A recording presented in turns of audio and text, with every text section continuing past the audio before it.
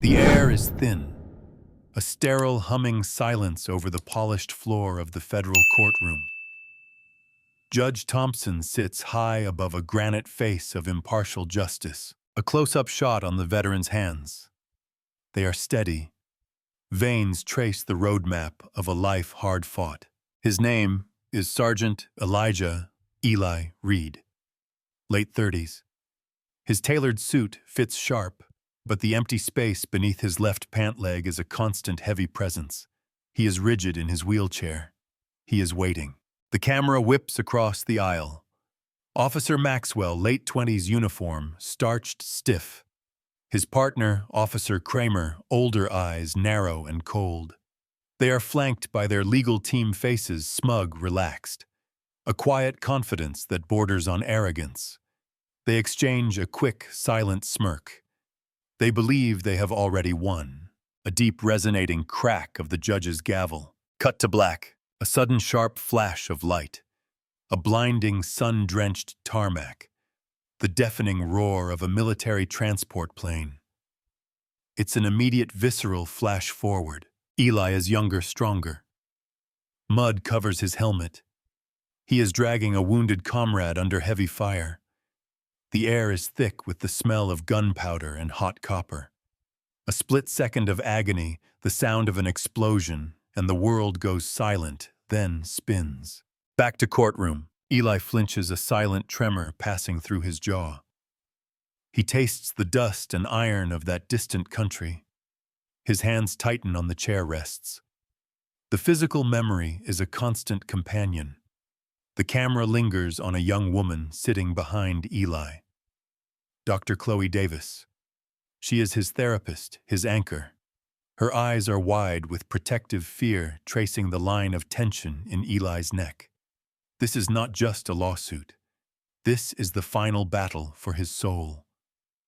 The voice of the narrator is low, gravelly, commanding attention. This is Sergeant Elijah Reid, a man who swore an oath to his country, a man who returned home broken yet unbroken.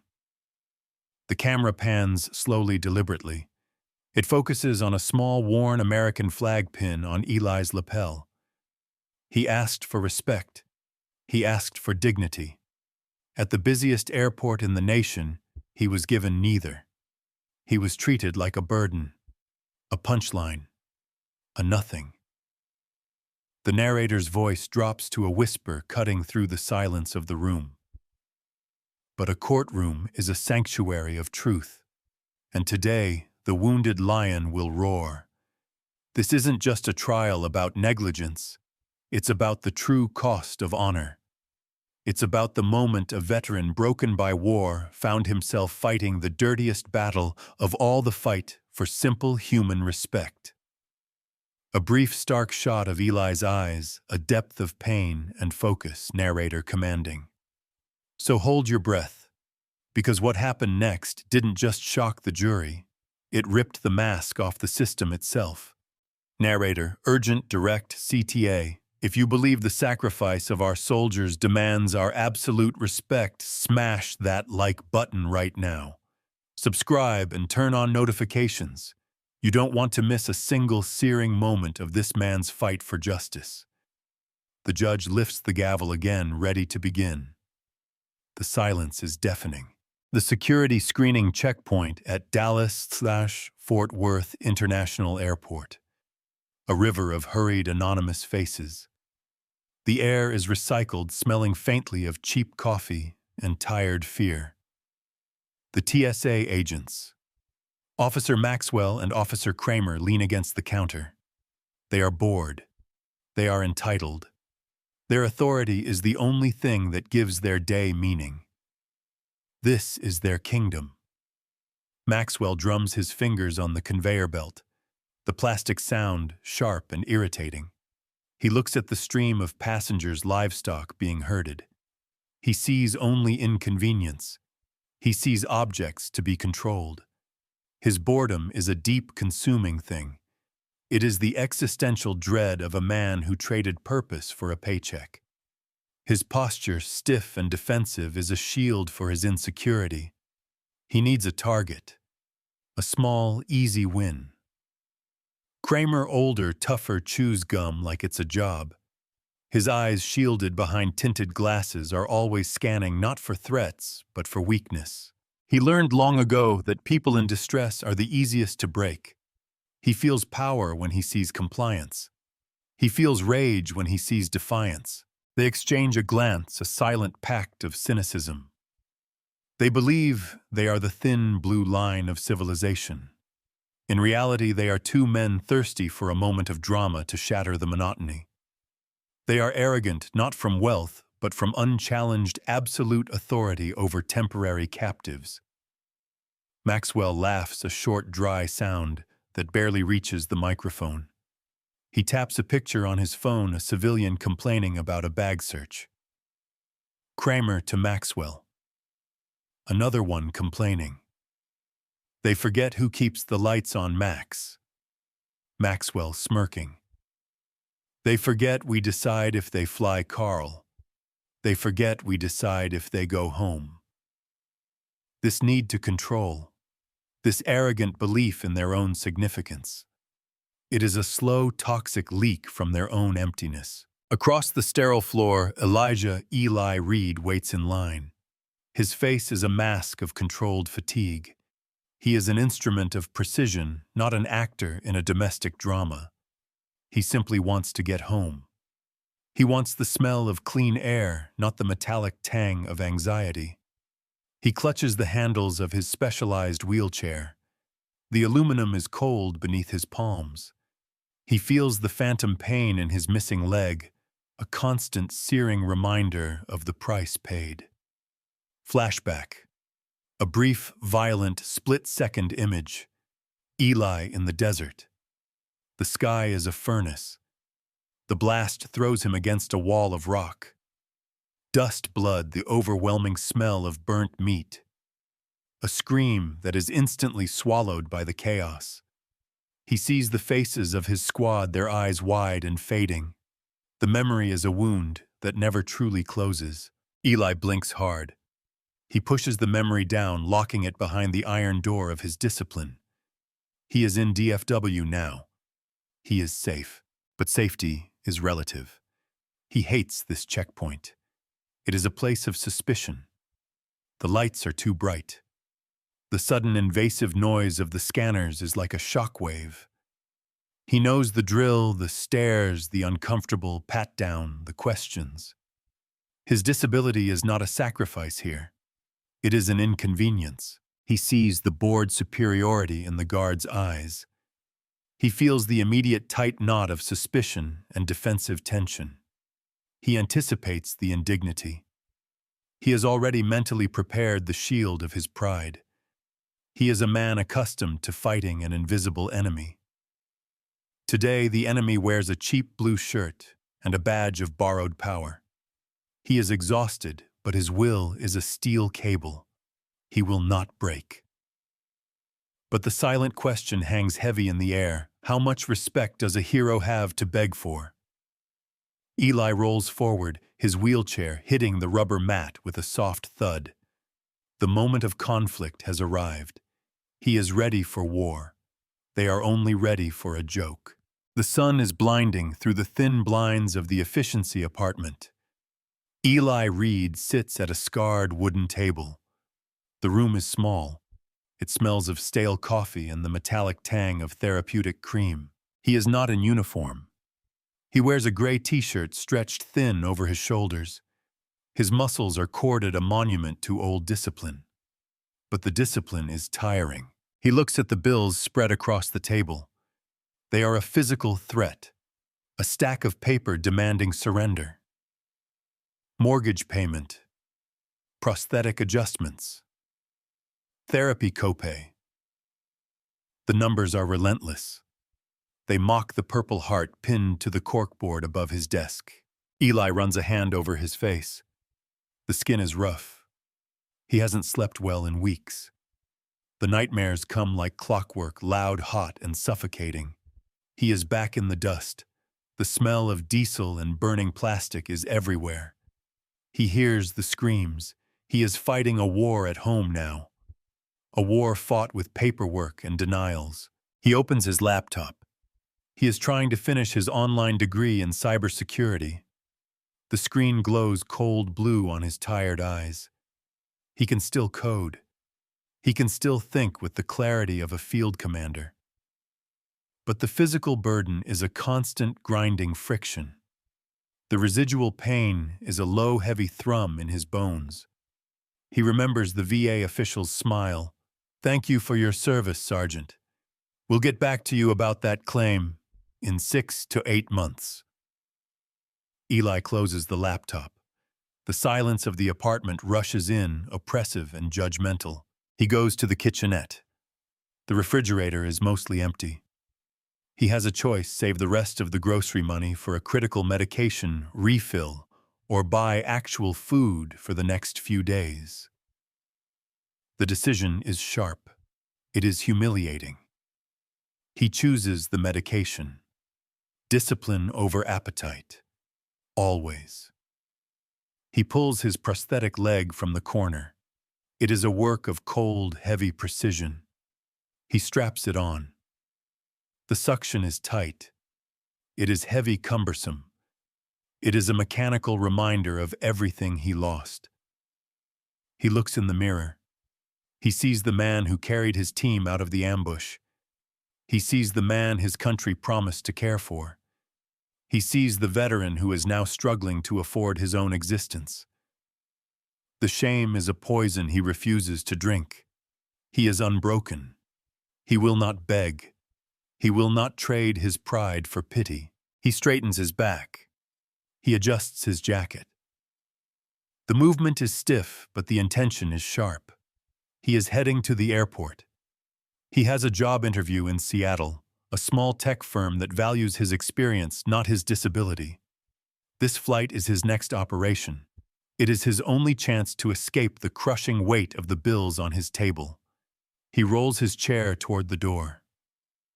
Each turn of the wheel is a choice, a refusal to quit. He wears his best shirt.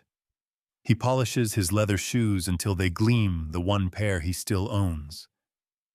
He must look ready for a battlefield. He never expected the indifferent world waiting on the other side of the TSA checkpoint.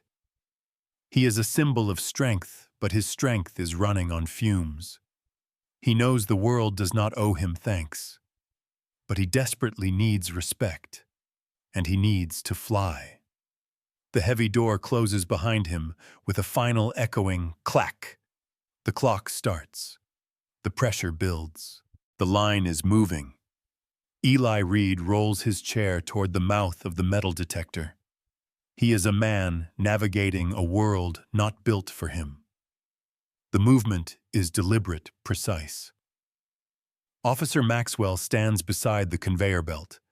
His eyes, devoid of warmth, lock onto Eli. He sees the veteran pin the tailored suit and the missing limb. He sees a complication, a disruption. Next, Maxwell barks, the sound amplified by the checkpoint's acoustics. Eli stops the chair. He begins the practiced sequence, unzipping his bag, pulling out the laptop, placing his meager belongings into the gray plastic bin. His movements are fluid, respectful of the rules. Maxwell watches his lips twitching into a barely visible sneer. He makes no move to assist or expedite. He makes a point of looking over Eli's head, addressing the line behind him. "You're holding things up, folks. Move it." Eli feels the heat rise in his neck. He ignores the comment, focusing on the simple, arduous task of balancing his body while reaching down. He is determined to give them no reason. Officer Kramer drifts over, hands clasped behind his back. He is the quiet menace, the observer. He looks at Eli's prosthetic leg, which rests on the wheelchair's footplate. "Sir," Kramer says, his voice a flat, dead monotone. "You know the drill. That thing needs to be screened." Eli looks up. His eyes are steady. "I understand, officer. It's been cleared for passive screening for 3 years. It's titanium and carbon fiber. Standard protocol." "My protocol," Kramer corrects, leaning in, "is that if it can conceal a weapon, it gets checked. Take it off. The words hang in the stale, pressurized air. They are not a request. They are a declaration of war. The physical shock hits Eli first. Removing the prosthetic is not like taking off a shoe. It requires balancing his entire weight on one knee, unstrapping the harness, and dealing with the raw, sensitive skin beneath. It is a moment of intimate vulnerability. "Officer," Eli says, his voice low, controlled. "We can do a secondary swab, a full physical check, but I have a transfer flight. I'd appreciate it if we could avoid disrupting the flow." Kramer glances at Maxwell, who is now openly grinning. It is the grin of a bully who has found his audience. "No flow until the security risk is managed, Sergeant." Maxwell chimes in, his voice loud enough for the dozen passengers behind Eli to hear. "We run the show here, not the guys with the souvenir wounds." The word hangs in the air, souvenir. A blow struck not against his body, but his sacrifice. The noise of the checkpoint. The clatter of the bins. The beeping of the scanner fades into a distant hum. Eli's jaw tightens. He feels the old familiar surge of white-hot rage fighting against his years of therapy and discipline. He breathes in deeply, pulling the sterile air into his lungs. He remembers Dr. Davis's words. "Control what you can control, Eli. Don't give them your peace." He begins the process, slowly, deliberately. He locks the wheels. He shifts his weight. The movement is labored, exposed. Passengers stare, some with pity, most with impatience. The sound of the Velcro tearing as he undoes the straps is sharp, invasive. He carefully lifts the prosthetic. It is heavy, metallic, and cold. He places it in a separate bin. The hard plastic clacks against the smooth metal of the bin's bottom. It is his limb reduced to luggage. Maxwell takes the bin. He doesn't swab it. He doesn't scan it. He holds it aloft, displaying it to Kramer with a theatrical flourish like a circus prop. "Well, look here, Carl," Maxwell announces, his voice mocking and loud. "Looks like we found the hidden danger. Better check for spare change." Kramer chuckles, a dry, hacking sound. "Wouldn't want him smuggling any hero cookies, Max." The mockery is a physical assault. It hits Eli not as words, but as pressure on his eardrums, a sharp, sickening drop in his stomach. He is left sitting, exposed, his stump resting heavily on the chair seat. He is forced into this vulnerable, agonizing position purely for their amusement. His vulnerability is their spectacle. Eli closes his eyes for a brief moment. He doesn't see the desert dust. He sees red. He feels the burning humiliation crawl over his skin like acid. The line of patience has snapped. He opens his eyes. He looks directly at Maxwell. His voice, when it comes, is low, measured, and dangerous. "Officer Maxwell, you will return my property, and you will process me now." Maxwell is momentarily stunned by the sudden, intense command. He recovers quickly, his arrogance hardening into malice. "Or what sergeant going to give me a dishonorable discharge?" He drops the prosthetic limb back into the bin, carelessly letting the heavy titanium impact the plastic with a loud bang. The sound is disproportionate. It is the sound of disrespect. A young woman in the line gasps. An elderly man shakes his head, muttering. But the surrounding passengers remain passive, silent witnesses to the abuse of power. Eli looks at the bin. He looks at the faces of the officers. He feels the pain of the raw socket where his leg should be. He knows he has lost this round. But the game, he realizes, has just begun. He makes a silent internal vow. He will not forget the sound that metal made when it hit the plastic. He will not forget the taste of this humiliation. He will hold on to it. He will use it. He simply nods, his expression unreadable. "Understood." Eli states, his voice colder than the titanium in the bin. "The check is complete. I will require assistance reattaching the prosthetic. Maxwell rolls his eyes, shoving the bin across the counter. The petty victory is theirs. They believe the disabled veteran has been put in his place. They have no idea they have just given him the exact devastating evidence he needed. Officer Kramer watches Eli roll away from the screening area. Eli has to stop at a small bench to meticulously reattach his prosthetic. The exposed skin is red irritated. The process takes time, focus, and a huge expenditure of suppressed pain. Kramer enjoys the moment. The look of controlled agony on Eli's face is his reward. The small, silent victory of a man who makes someone more honorable suffer. This is the power dynamic he craves. Kramer nudges Maxwell. See, doesn't take much to remind them who's in charge.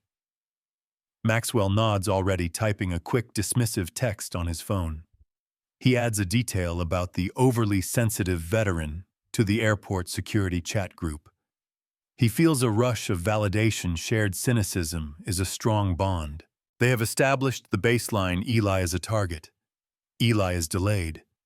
He missed his connecting flight to Seattle. The airline desk is an island of chaos. He is forced to wait, the cold metal of the bench seeping into his back. The pain in his residual limb begins to throb, a dull, rhythmic bass drum of physical exhaustion. He calls the company contact in Seattle. He explains the delay. The voice on the other end is cordial but strained.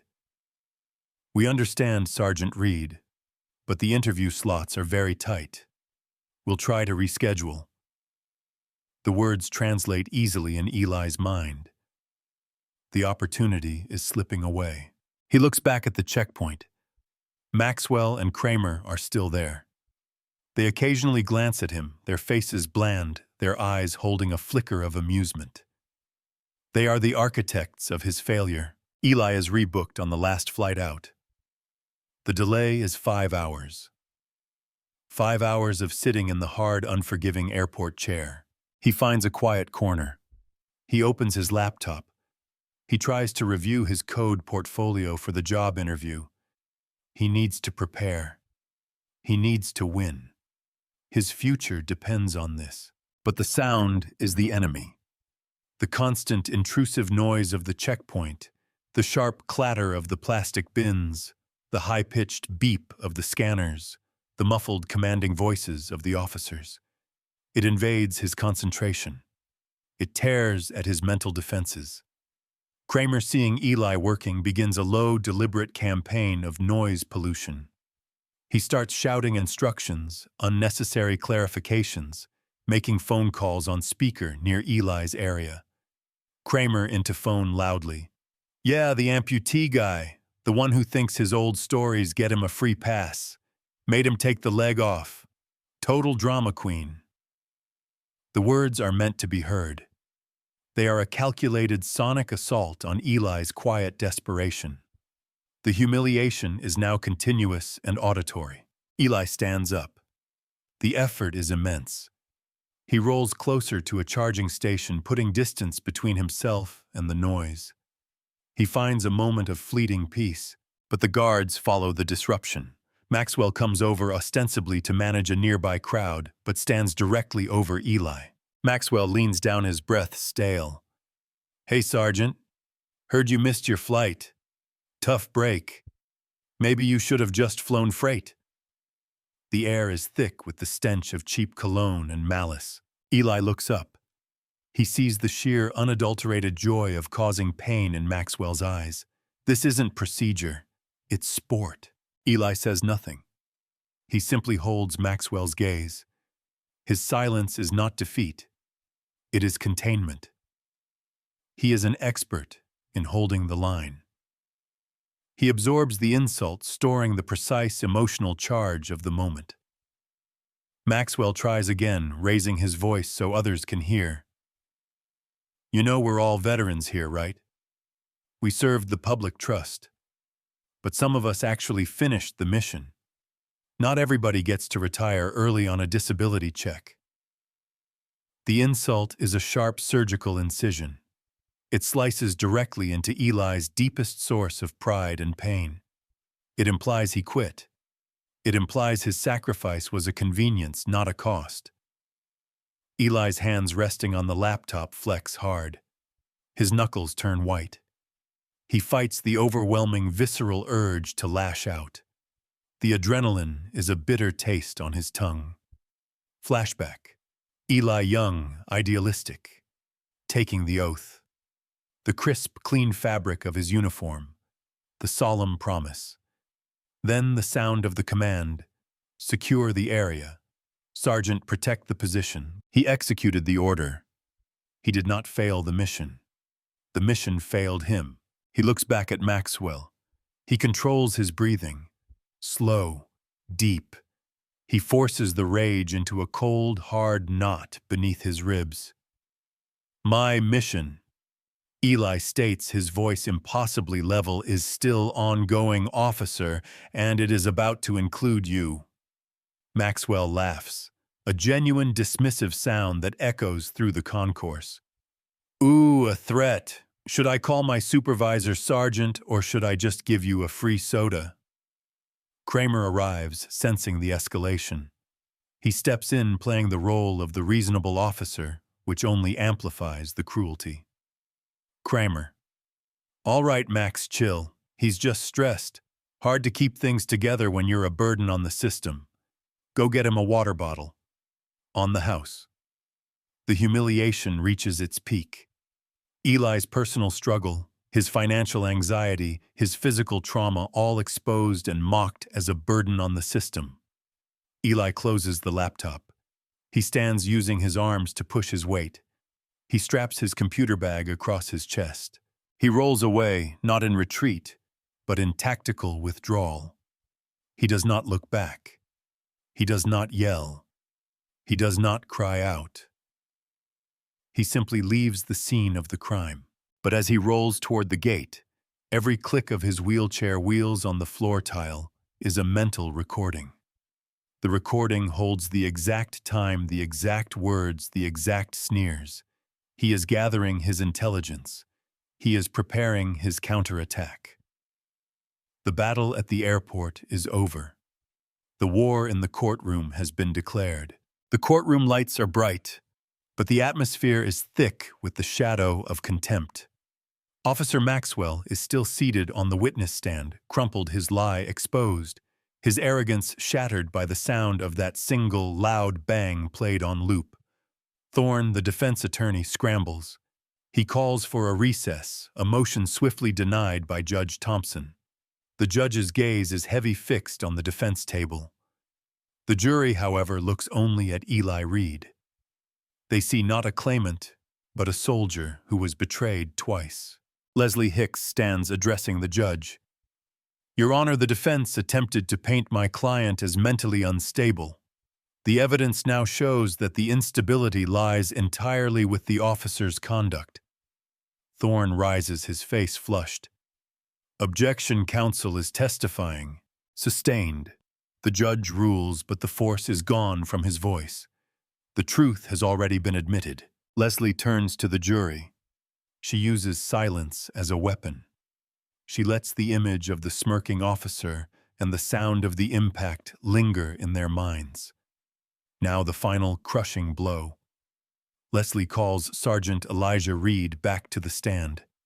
Eli rolls forward, his posture rigid, his face an austere mask of controlled pain. He is not testifying for money. He is testifying for the final salute to his lost dignity. Leslie asks one question, soft and slow. Sergeant Reid, after the incident, you missed your flight to Seattle where you had a job interview waiting. An opportunity that would have provided you with financial independence after years of struggle. Can you describe for the jury what that missed opportunity cost you? Eli's voice is steady, but it carries the weight of years. It cost me the job. But more than that, it cost me peace. I didn't just miss a flight counselor. I lost control. Those men taught me that despite the stars and stripes on my shoulder, I was still subject to their petty whims. He looks directly at the jury, his eyes deep and unwavering. My comrades died for the right to dignity. They didn't die so that men in positions of public trust could abuse and mock the sacrifices made in their name. The moment is raw. It is an unvarnished confession of pain and patriotism. The sound of a woman crying softly filters through the back of the courtroom. Thorne rises for the cross-examination, desperate to regain control. He must break Eli's narrative. "Sergeant Reid." Thorne snaps his voice, regaining its sharp edge. "This job was important. Yes, you were in a precarious financial state, correct? Isn't it true that you were so desperate for this job you would do anything to win this case, including exaggerating the actions of 2 overwhelmed federal agents?"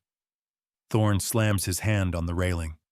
The bang is sharp but hollow, a poor imitation of the titanium on plastic. Eli does not flinch. He holds Thorne's gaze. The attempt at intimidation fails. "Mr. Thorne," Eli says, his voice quiet, dangerous. "I was desperate for a job to provide for myself. I am not desperate for money from this lawsuit. I am here because those men in front of a dozen witnesses chose to humiliate me over a wound I sustained, defending their right to stand here and lie." Eli pauses. The air thickens. "And yes," Eli continues, his voice rising, clear and full of controlled contempt, "I would do anything to win this case. Because this case is not for me. It is for the 2 soldiers I carried out of the blast zone who didn't make it home. It's for the honor they deserve." He gestures toward Maxwell and Kramer, who look physically ill. "It is for the simple fact that when you see a man in a wheelchair who has sacrificed his body for your comfort, you treat him with the respect of a fellow citizen, not the cruelty of a bully." The emotional temperature of the courtroom is now red hot. The jury members are exchanging nods. The verdict is forming in real time. Thorne retreats defeated. "No further questions, Your Honor." The phrase sounds like a surrender. The judge calls for closing arguments. Leslie Hicks is brilliant, short, pointed, focused entirely on the loud bang. She tells the jury that silence is complicity, and their verdict is a chance to redefine what service truly means in America. The defense's closing is weak. Thorne argues procedure policy and the difficulty of the TSA job. His voice is a low, unconvincing drone against the indelible image and sound of the humiliation. The jury deliberates for only 3 hours, a speed almost unheard of in federal cases. The courthouse fills with anticipation. Journalists scramble for positions. Eli waits outside alone in a quiet hall, his eyes closed. He feels the weight of the moment, the hope of the veteran community resting on his shoulders. The judge calls the court to order. The air is still frozen. The foreman rises. His voice is clear. "On the claim of violation of the Americans with Disabilities Act and for intentional infliction of emotional distress, we find in favor of the plaintiff, Sergeant Elijah Reid." The word guilty hangs in the air, a physical force. The courtroom erupts, gasps, clicks of cameras. The sheer force of the victory is overwhelming. Maxwell and Kramer look utterly crushed.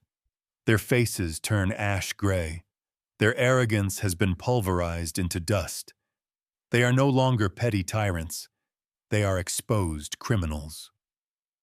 Thorne stares at the floor, accepting the complete defeat. The jury awards Eli $3.5 million in damages, a figure meant not just to compensate him for the job loss, but to punish the system for its cruelty. Eli does not cry. He does not smile. He simply nods, a small, subtle movement. He has received not money, but vindication. He rolls his chair toward Leslie, his gaze steady. "The mission is complete, counselor. Eli whispers, the years of pain finally easing from his features. The fight is over. The tables have been definitively turned. The sound of the titanium hitting the plastic has been replaced by the sound of justice. The silence returns to the courtroom, heavy and absolute. But now it is the silence of consequence. Officer Maxwell and Officer Kramer are frozen in time, their faces slack with the realization of the $3.5 million judgment and the loss of their careers. Their union representative is already packing his briefcase, abandoning ship. They are led out of the courtroom by their own attorney, George Thorne, who refuses to meet their eyes.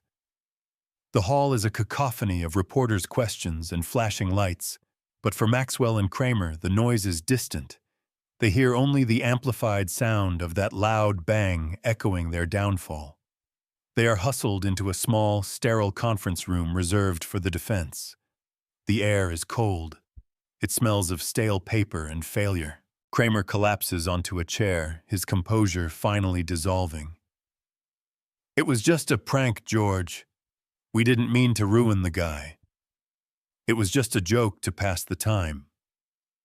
Thorne turns his face a mask of professional contempt. "It was not a joke, gentlemen. It was a federal crime. You violated the ADA, and you exposed the government to massive liability because you couldn't control your own petty cruelty. You lost your jobs, your pensions, and now you have a judgment that will follow you for the rest of your miserable lives." Maxwell, who had been the more arrogant of the two, begins to hyperventilate. "But the video that lady recorded us illegally, that shouldn't count. The video was recorded in a public space," Thorne snaps, packing his files with surgical precision. "It's admissible. What matters is the audio. The audio of your voice calling his wound a souvenir. The audio of your partner calling him a burden. That, gentlemen, is malice. And that is why we lost." Kramer looks at the table. He is thinking not of Eli's pain, but of his own lost salary. "I just needed a few more years, George. The pension."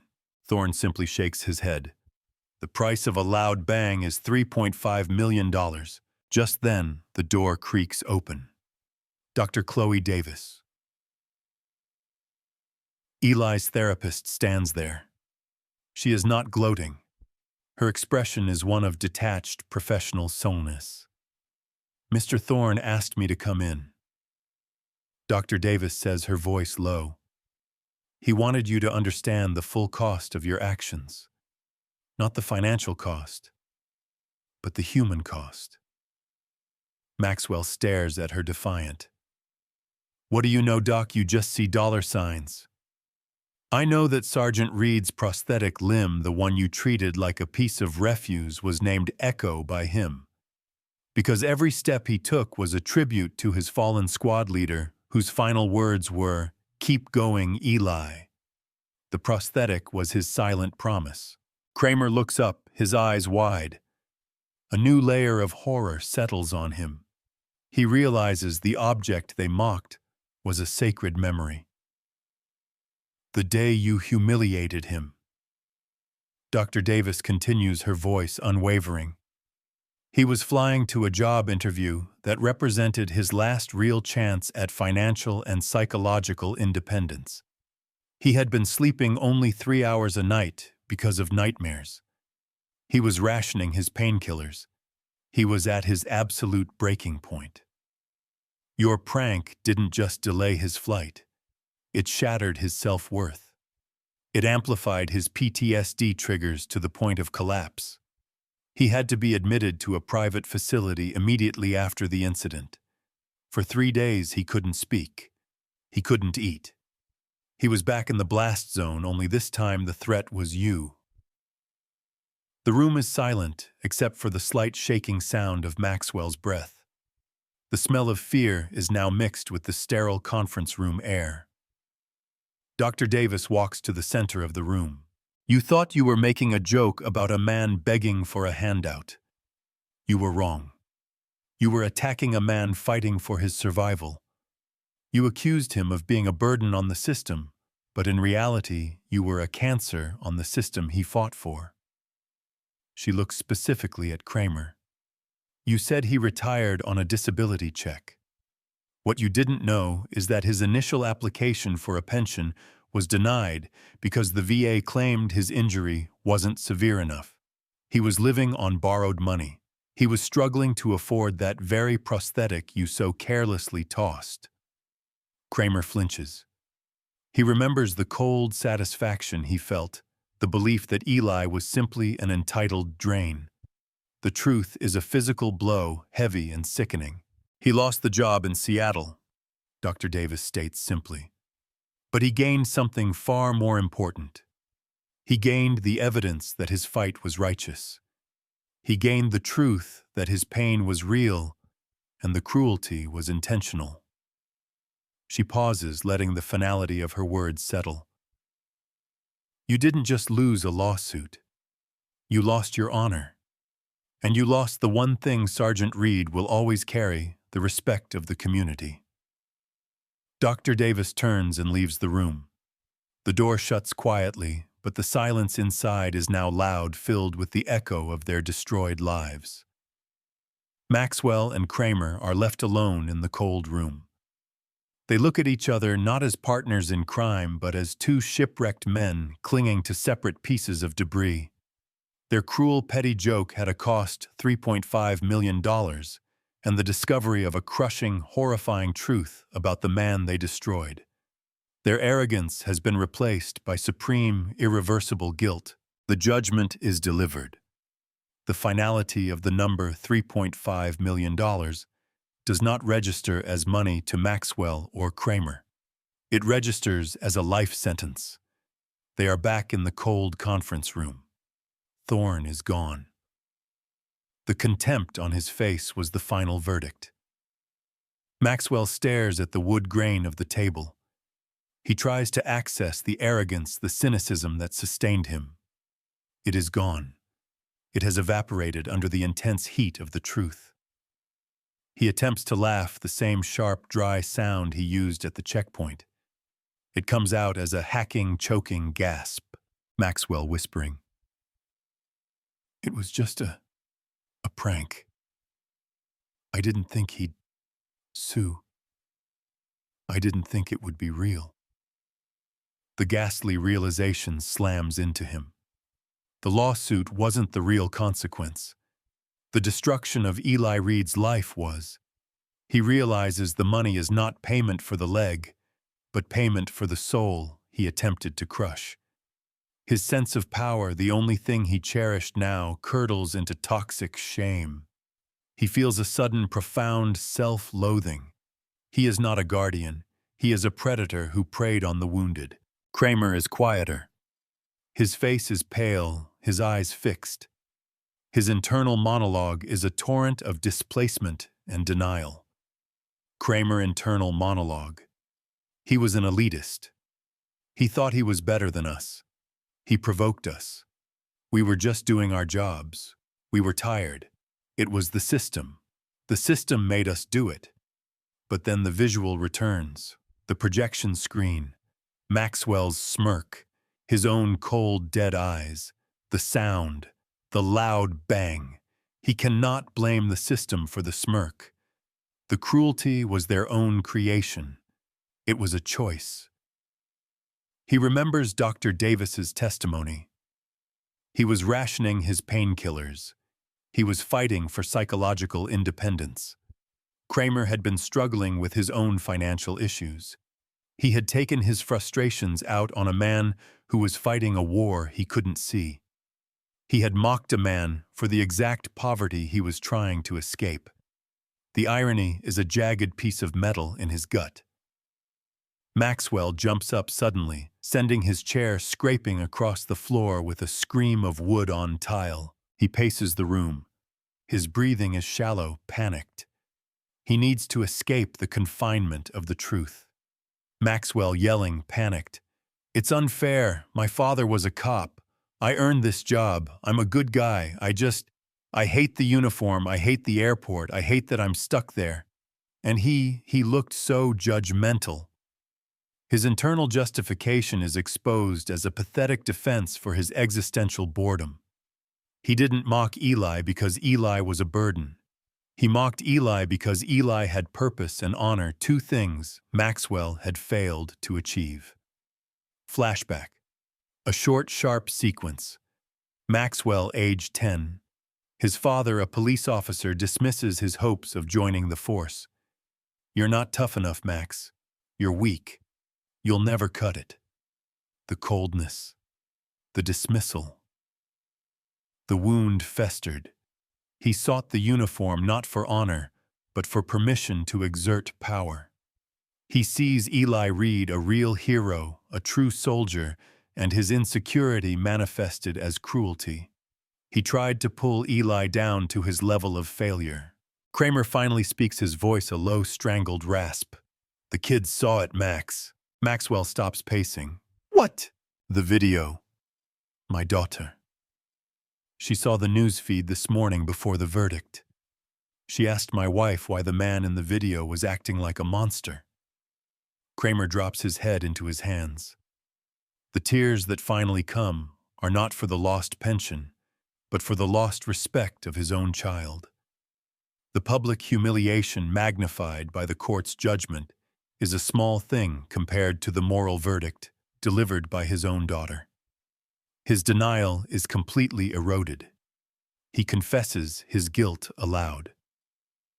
Kramer shaking. "I told Leslie I saw a risk. I lied. I pushed him. I wanted him to crack. I wanted a story for the break room. I wanted to feel strong for 2 minutes." The desire for petty strength led to massive, life-altering destruction. The irony is a burning acid in the room. Maxwell, witnessing Kramer's confession, feels the contagion of self-hatred. He grabs his phone from his pocket, the one he had been checking obsessively. He looks at the comments section of the initial news story messages of disgust, threats, and absolute condemnation. The comments are vicious, relentless, and true. They call him out by name. They call him a coward. They call him pathetic. He screams a primal, defeated sound that has nothing to do with the conference room and everything to do with his shattered life. Maxwell screaming, "They don't know me. I'm not that guy. I'm not a monster." He hurls the phone against the far wall. The smash of the glass and plastic is loud, sharp, and final. It is a desperate, futile act of self-destruction. He stumbles back, his hands pressed against his ears, trying to shut out the echoes of the courtroom, the voice of Dr. Davis, and the loud bang. He realizes with stunning clarity he is that guy. His actions defined him. His power was an illusion, and the resulting shame is heavy, suffocating, and absolute. The seeds of hate they sowed have returned not as justice, but as supreme, irreversible self-contempt. They are left in the wreckage of their own making. The immediate aftermath of the verdict is a white noise of celebration. Leslie Hicks is mobbed by reporters. Eli Reid, however, rolls away from the chaos. The noise of victory is too loud. He seeks silence. He finds a quiet terrace outside the courthouse. The late afternoon sun is warm on his face. The $3.5 million judgment is irrelevant. The true victory is the restoration of his honor. The loud bang has finally been muted. He is not angry anymore. The rage that sustained him through the trial is gone, replaced by profound, bone-deep exhaustion. He closes his eyes. He expects the desert dust and the smell of gunpowder. But he sees the bright, empty air of the airport concourse. He sees Martha Chen's face, a stranger who chose courage over silence. He sees Leslie Hicks's unwavering resolve. He realizes he was not fighting alone. He was fighting with the strength of community. His first action is not to celebrate, but to heal. He uses a portion of the settlement to establish the Echo Foundation, named after the promise he made to his fallen comrade, and the titanium limb that became his weapon. The Foundation's mission is simple and direct: to provide immediate legal assistance and counseling for disabled veterans facing discrimination or bureaucratic hurdles at federal institutions. Eli dedicates himself to the work. He shifts his strategic focus from combat to construction. He rolls into the VA hospitals not as a patient, but as an advocate. The sterile smell of the hospital now represents hope, not anxiety. He uses his voice, the voice that was so controlled in the courtroom, to speak loudly for those who cannot. He finds a sense of flow again. The discipline he used to track enemy movements is now applied to tracking denied claims and bureaucratic abuses. He meets other veterans who were silenced. Sarah, a former Navy pilot, denied access to necessary flight simulators due to outdated regulations. Marcus, a medic, whose prosthetic leg was damaged by airline handlers who refused to follow protocol. Eli listens. He doesn't offer pity. He offers resources and fight. His work requires him to travel. He is back in airports. The environment, once a source of fear and trauma, is now an arena of advocacy. He rolls through the checkpoints, his wheelchair moving with confidence. The TSA agents now recognize him. Their faces are tight. They are cautious. They follow protocol to the letter. His presence is a silent, constant audit. He stops at the very checkpoint where Maxwell and Kramer worked. It is staffed by new agents. Eli doesn't look for revenge. He looks for change. He addresses the new supervisor, a woman named Agnes, whose expression is respectful. "I'm Sergeant Reid," Eli says, a faint, genuine smile touching his lips. "I'm here to offer a training seminar through the Echo Foundation. Mandatory sensitivity training. On us." Agnes nods, her eyes reflecting gratitude.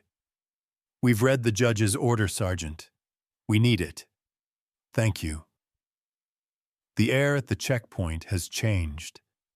It still smells of recycled air, but the metallic stench of malice is gone, replaced by a subtle, cleansing wind of accountability.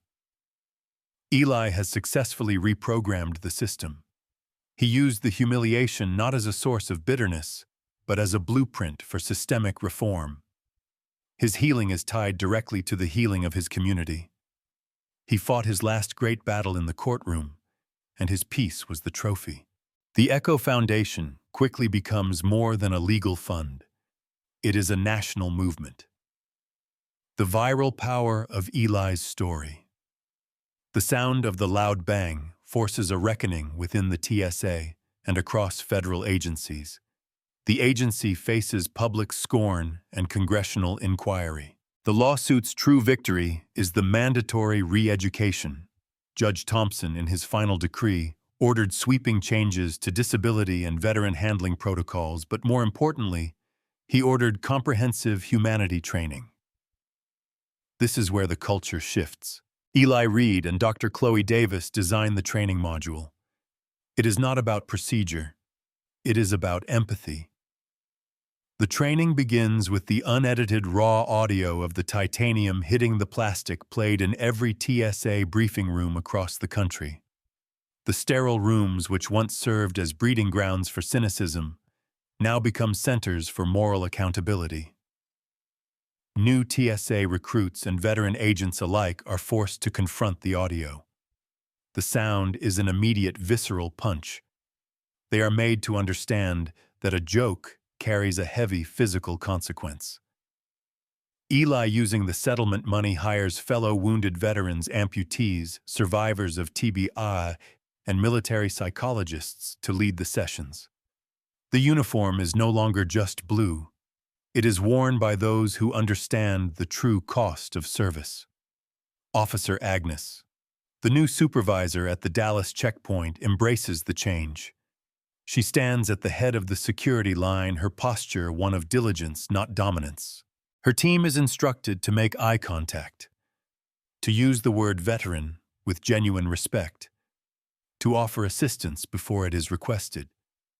The cold mechanical efficiency is replaced by warm human care. The checkpoint, once a scene of dread and anxiety, begins to feel different.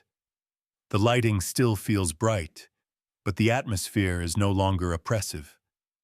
When a veteran approached the line, the metallic clatter of the bins is now softened by quiet assistance and professional courtesy. The prank has been replaced by a new normal of honor. Eli himself undergoes a profound internal glow-up. The $3.5 million is not a retirement fund. It is seed money for his purpose. He officially starts the cybersecurity firm he planned to interview for in Seattle. He hires only veterans, those who faced the same post-service struggle.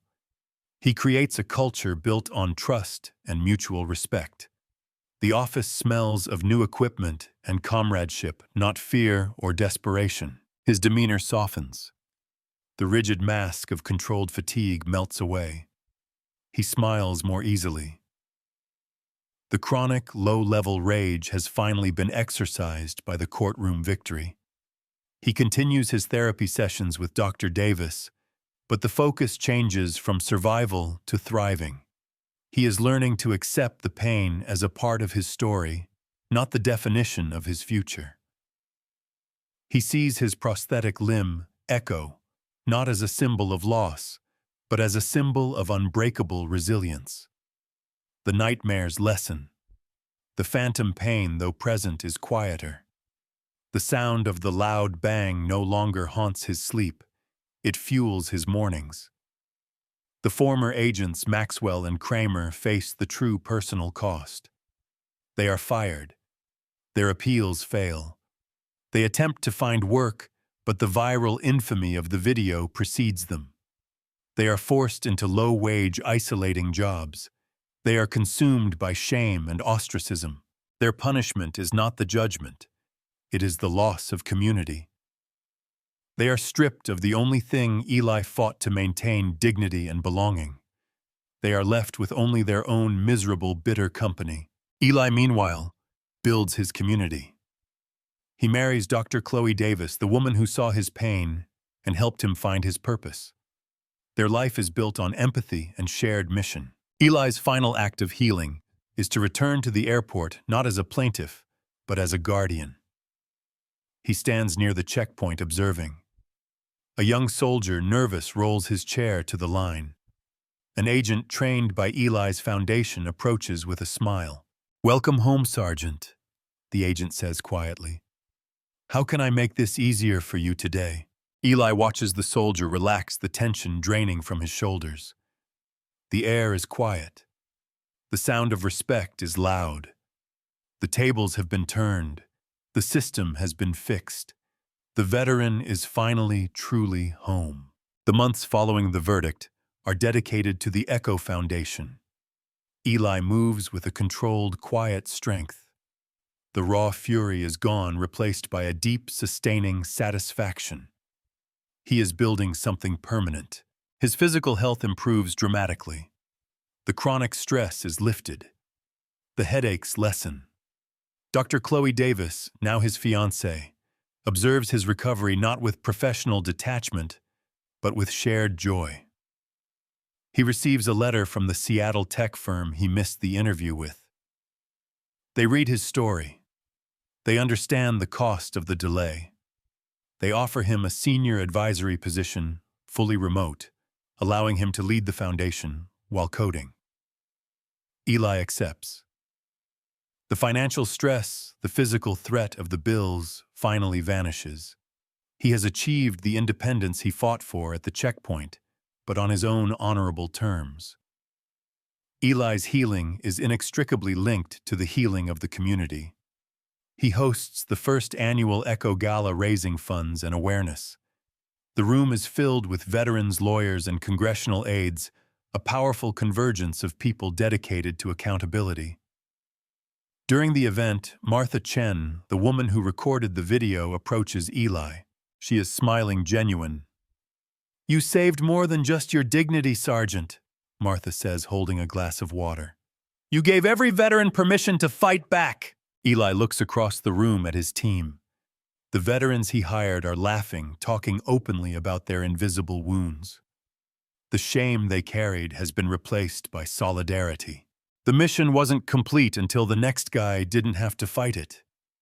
Eli replies, his voice reflecting quiet triumph.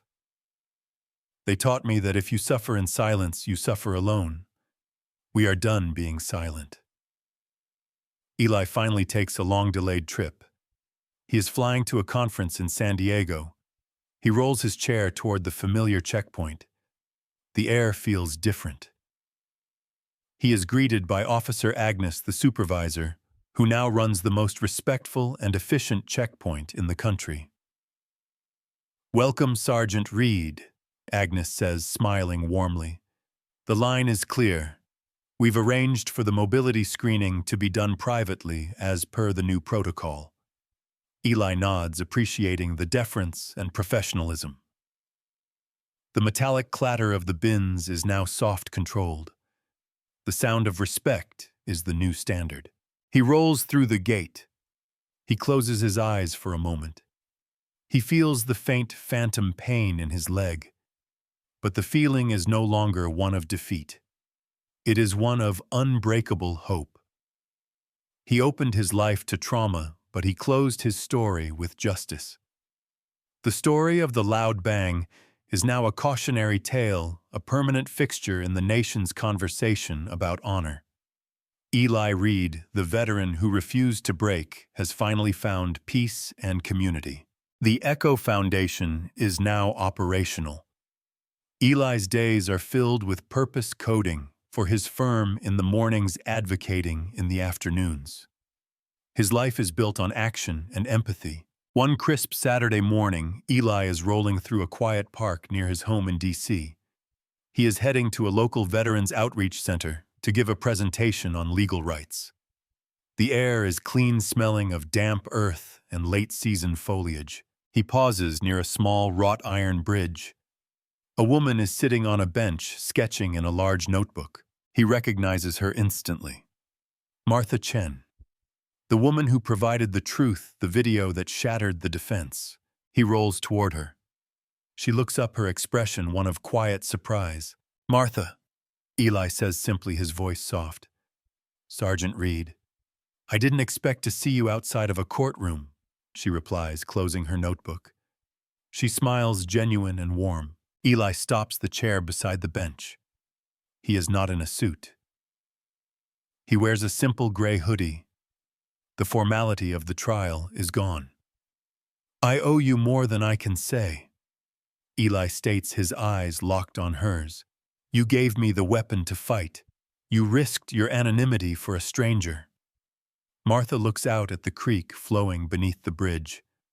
"I didn't do it for you, Sergeant. I did it for the sound." She turns to face him. "I heard that titanium hit the plastic.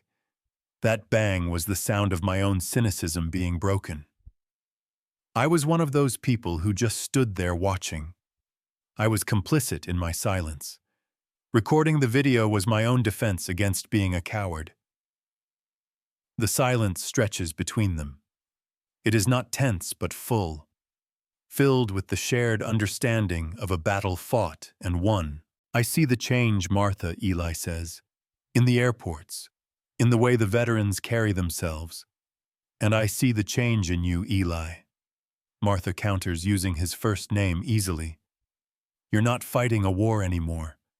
You're building a city." She gestures to the park, the city skyline visible through the trees. "I watched you testify. You didn't talk about the money. You talked about honor. You turned a moment of pure ugliness into a national conversation." Eli looks down at his hand resting on the wheel. He is still fighting the phantom pain, but the psychological wound is healing fast.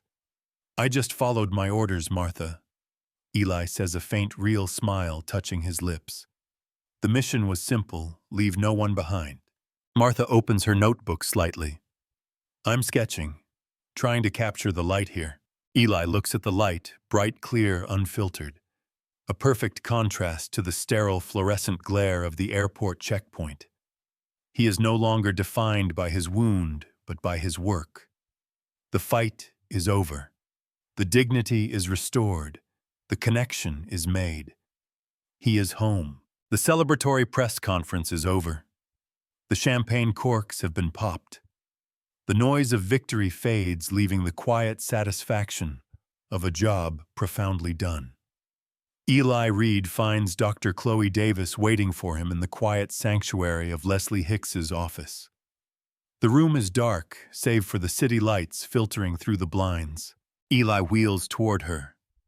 He stops. The weight he carried for years, the rage, the shame, fury has been lifted. His body feels lighter, almost hollow. "It's done, Chloe," Eli says, his voice rough. He hasn't used her name easily during the legal fight. Chloe walks to him, her face serene. "It's done, Eli. You won the war." Eli shakes his head slowly. "I didn't win the war. I won the battle. The war is different." He looks at her, his eyes carrying a depth of vulnerability he rarely allows. "I wanted to hurt them, Chloe. I wanted them to feel the loud bang. I wanted them to lose everything just like I did." He pauses, the confession heavy in the air. "I didn't seek justice. I sought revenge." Chloe sits on the edge of the desk, meeting his gaze levelly. She doesn't judge. She understands the brutal cost of his honesty. "You are honest, Eli," she replies, her voice soft, professional, yet deeply personal. "Of course you wanted revenge. You are a man who lived by a code, and they violated that code with cruelty. Revenge is a normal phase of healing. It's what drives the initial fight." She reaches out, placing her hand gently on his arm. "But you chose justice instead. You didn't just take their money. You exposed their malice. You forced the system to change. You turned the rage into the Echo Foundation." She smiles, a clear, beautiful affirmation. "You didn't repay evil with equal evil. You took their bitterness and transformed it into hope. You built a shield for the next veteran. That, Eli, is the definition of honorable retaliation." Eli absorbs her words. He feels the truth of them settle deep in his chest. His purpose wasn't to destroy Maxwell and Kramer. It was to rebuild his own faith in humanity. "The money," Eli says, a faint, almost disbelieving laugh escaping him. "It's a lot. I don't need it. I don't want it." "Then you don't take it for you," Chloe states simply. "You take it for Echo. You take it for the community you are building." She stands, her posture shifting from therapist to partner. "I don't love the decorated Sergeant Reid, Eli. I love the man who was so honest about his pain that he refused to let others suffer in silence. I love the man who chose to be a guardian." Eli rolls his chair forward, covering her hand with his. The physical contact is a profound seal on the agreement. The battle is over. The shame is gone. He looks at her, a genuine, powerful smile finally breaking through the years of tension. It is a smile of healing, of resolution, and of promise. "The mission is complete," Eli whispers, referencing his earlier comment, "but the meaning is different now." "The new mission," Chloe corrects softly, "and I'm ready for deployment."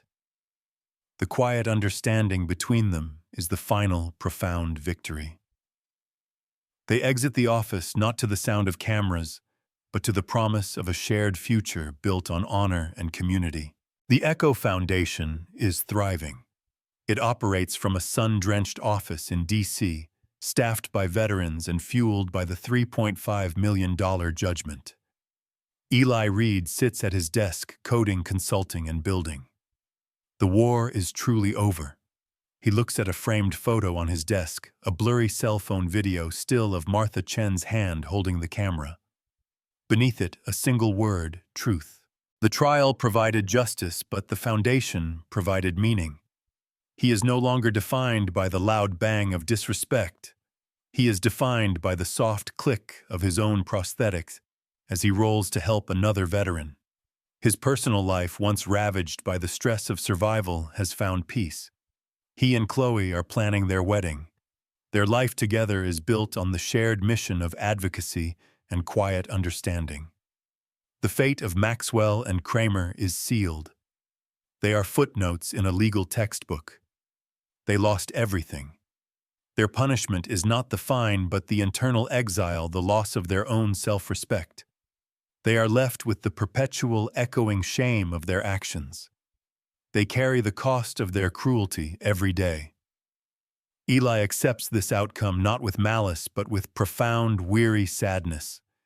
He didn't wish them ruin, but he understands that justice is often a wrecking ball.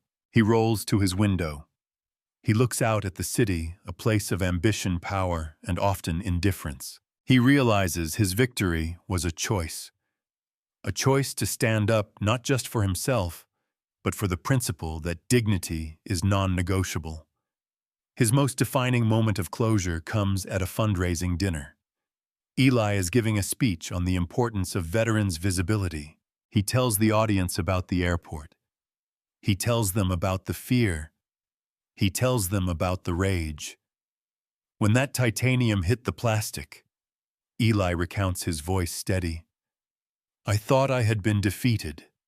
I thought I had lost my honor. But the noise didn't silence me. It activated me. He lifts his hand, revealing the strong, steady hand that now codes and signs checks for the foundation. We cannot control the cruelty of strangers, Eli concludes, but we can control our response. We can choose to be victims, or we can choose to be architects. We are building a system where no veteran has to beg for the respect they have already earned. The audience rises in a massive, sustained ovation. The sound is loud, pure, and healing. Eli looks at Chloe, who smiles back, a silent testament to their hard-won peace. The cynicism that plagued the airport is replaced by hope across the country. Eli's fight becomes a permanent, eternal lesson in the power of moral courage. He closes the chapter not with a final shot, but with a final, deliberate choice to live honorably and to ensure no one else has to fight that battle alone. The story ends not in the courtroom, but in the community he built. The dignity of the soldier is forever restored. The lights dim, and the final scene fades. The voice of the narrator returns, slow, gravelly, and commanding, not to recap the facts, but to dissect the cost and the choice made at that checkpoint. This story is not about a verdict. It is about the fundamental transaction that occurs when power meets vulnerability. The trial exposed the dark truth about petty privilege. Maxwell and Kramer possessed a minuscule amount of state authority, but they wielded it with the full arrogance of unchecked power. They believed their uniform entitled them not just to compliance, but to cruelty. They confused the burden of their service with the right to inflict pain.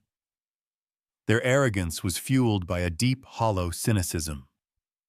They saw Eli Reid not as a hero, but as an easy target, a reflection of their own perceived failure, a figure whose genuine sacrifice mocked their manufactured authority. They mistook dignity for entitlement. The loud bang of that titanium limb hitting the plastic bin was the sound of their moral collapse. It was the sound of a deliberate choice to shatter a man's peace for a moment of fleeting amusement. But the deeper lesson lies in Eli Reid's response. Eli, the combat veteran, understood the code of engagement. He knew the difference between action and reaction. He absorbed the shame, the white-hot surge of rage, and transformed it. He chose to fight on a new battlefield, the courtroom, where the weapons were truth and evidence, not anger and aggression. His fight was a stand against the insidious notion that service can be repaid with indifference. He showed that honor is not something granted by a medal. It is something demanded by a moral consistency. He was not demanding special privilege. He was demanding equal respect. His victory underscores a powerful truth about American values, and empathy isn't a feeling, it's a decision. It is the decision of Martha Chen to break her silence and record the video. She chose courage over convenience. Her action redeemed the silence of the other witnesses. It is the decision of Leslie Hicks to fight a billion-dollar bureaucracy driven not by the settlement, but by the principle. It is the decision of Dr. Chloe Davis to see the soldier beneath the scars, recognizing that true healing begins not by suppressing the pain, but by confronting the source of the injustice. The legacy of the Echo Foundation is the final profound answer to the TSA's initial cruelty. Eli did not use the money for a lavish retreat. He used it to repair the fence that broke around his community. The mandatory re-education is not about rote procedure. It is about forcing agents to engage in an act of profound imagination. If this veteran was my father, my brother, my daughter, how would I want them to be treated? The story of Sergeant Reid is an eternal warning to all who hold positions of power. No matter how small, the smallest act of cruelty, especially toward the vulnerable, is amplified by your authority. Your lack of empathy is a federal liability, and it is a profound message of hope for those who suffer in silence. Your humiliation, when documented and confronted with courage, can become the catalyst for national change. Your wound can become your greatest strength. Eli Reid closed the chapter of his pain, but he opened a new chapter for his community. He rolled into that airport as a victim of circumstance. He rolled out as the architect of accountability. He finally found the dignity he earned on the battlefield, not in an empty plaque, but in the quiet respect of a nation watching him heal. His fight was the greatest service of his life. The final scene fades the image of Eli Reid and Dr. Chloe Davis standing together, defining a future built on honor and purpose. The narrator's voice returns soft now, but carrying the full gravity of the journey. This is the end of Sergeant Reid's story, but it is the beginning of the conversation. The victory was won in the silent courage of one man. But the lesson is for all of us. We ask you to think about that loud bang, that sound of indifference, of cruelty amplified by authority. Think about the small actions we choose every day. Do we choose the easy path of cynicism or the difficult path of empathy? Eli Reid fought for dignity. Now we ask you to fight for his legacy.